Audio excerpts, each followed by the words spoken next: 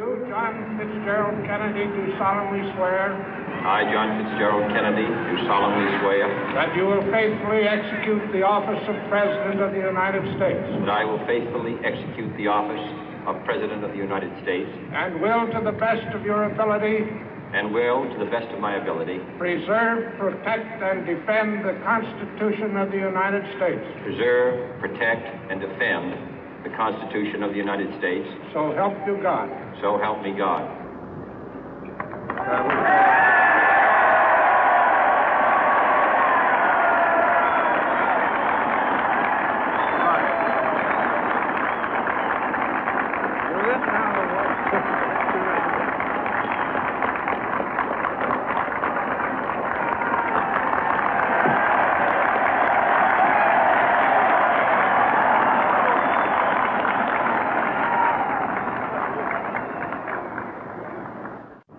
Vice President Johnson, Mr. Speaker, Mr. Chief Justice, President Eisenhower, Vice President Nixon, President Truman, Reverend clergy, fellow citizens. We observe today not a victory of party, but a celebration of freedom, symbolizing an end as well as a beginning, signifying renewal as well as change. For I have sworn before you and Almighty God the same solemn oath our forebears prescribed nearly a century and 3/4 ago. The world is very different now, for man holds in his mortal hands the power to abolish all forms of human poverty and all forms of human life. And yet the same revolutionary beliefs for which our forebears fought are still at issue around the globe. The belief that the rights of man come not from the generosity of the state, but from the hand of God. We dare not forget today that we are the heirs of that first revolution. Let the word go forth from this time and place to friend and foe alike that the torch has been passed to a new generation of Americans born in this century, tempered by war, disciplined by a hard and bitter peace, proud of our ancient heritage, and unwilling to witness or permit the slow undoing of those human rights to which this nation has always been committed and to which we are committed today at home and around the world.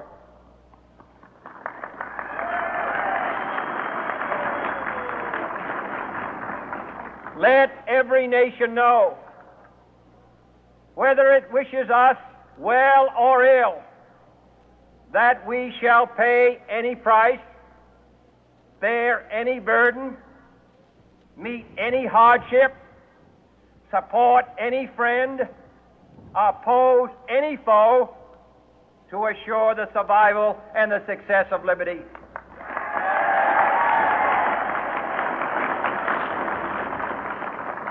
This much we pledge and more. To those old allies whose cultural and spiritual origins we share, we pledge the loyalty of faithful friends. United, there is little we cannot do in a host of cooperative ventures. Divided, there is little we can do, for we dare not meet a powerful challenge at odds and split asunder. To those new states whom we welcome to the ranks of the free, we pledge our word that one form of colonial control shall not have passed away merely to be replaced by a far more iron tyranny. We shall not always expect to find them supporting our view, but we shall always hope to find them strongly supporting their own freedom, and to remember that in the past, those who foolishly sought power by riding the back of the tiger ended up inside.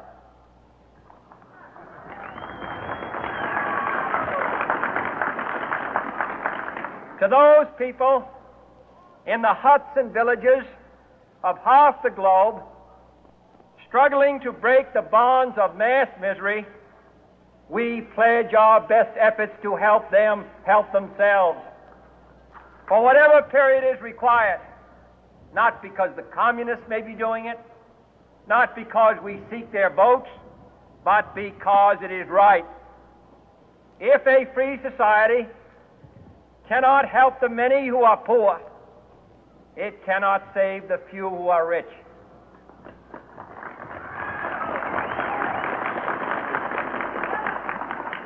To our sister republics south of our border, we offer a special pledge to convert our good words into good deeds, in a new alliance for progress, to assist free men and free governments in casting off the chains of poverty.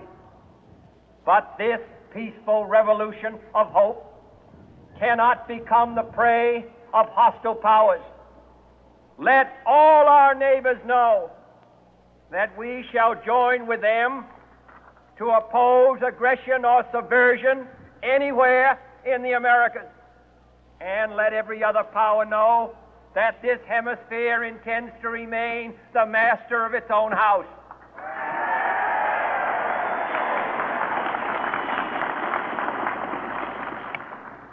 To that world assembly of sovereign states, the United Nations, our last best hope, in an age where the instruments of war have far outpaced the instruments of peace, we renew our pledge of support to prevent it from becoming merely a forum for invective, to strengthen its shield of the new and the weak, and to enlarge the area in which its writ may run.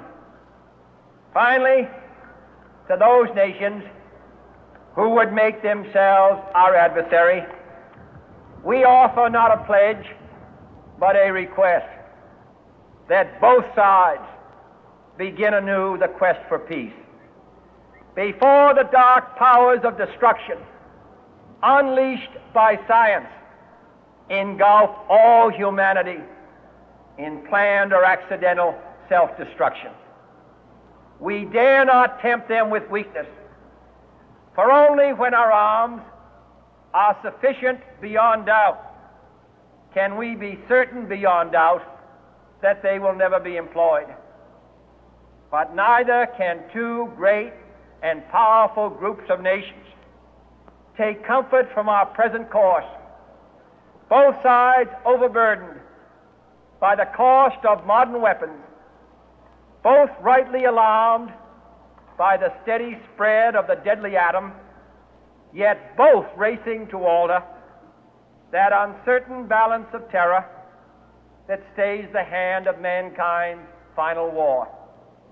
So let us begin anew, remembering on both sides that civility is not a sign of weakness, and sincerity is always subject to proof. Let us never negotiate out of fear, but let us never fear to negotiate.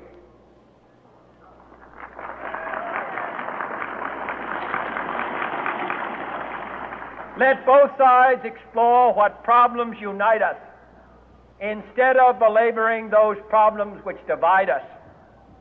Let both sides, for the first time, formulate serious and precise proposals for the inspection and control of arms, and bring the absolute power to destroy other nations under the absolute control of all nations.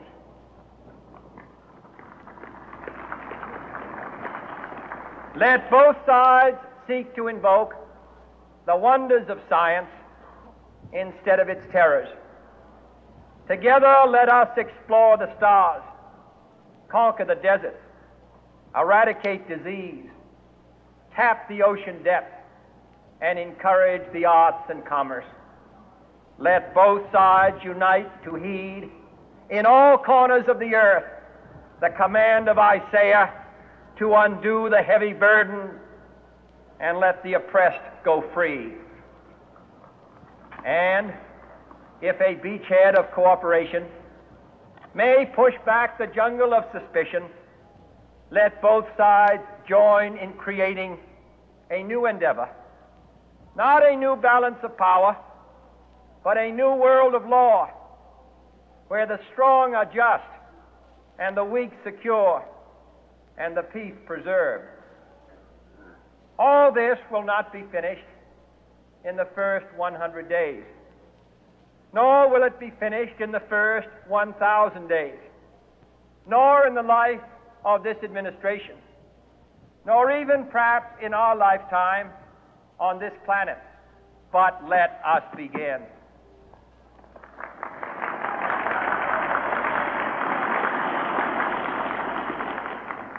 In your hands, my fellow citizens, more than mine, will rest the final success or failure of our course. Since this country was founded, each generation of Americans has been summoned to give testimony to its national loyalty. The graves of young Americans who answered the call to service surround the globe.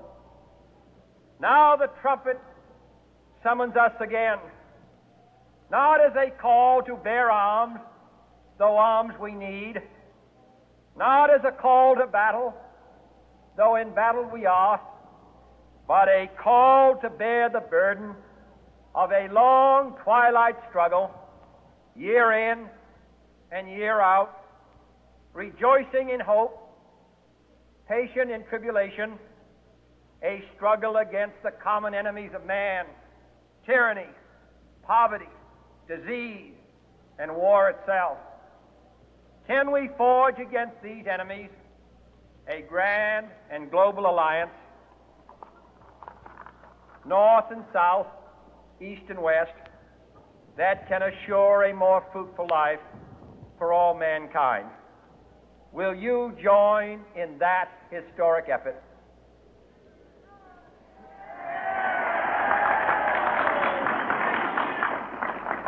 In the long history of the world, only a few generations have been granted the role of defending freedom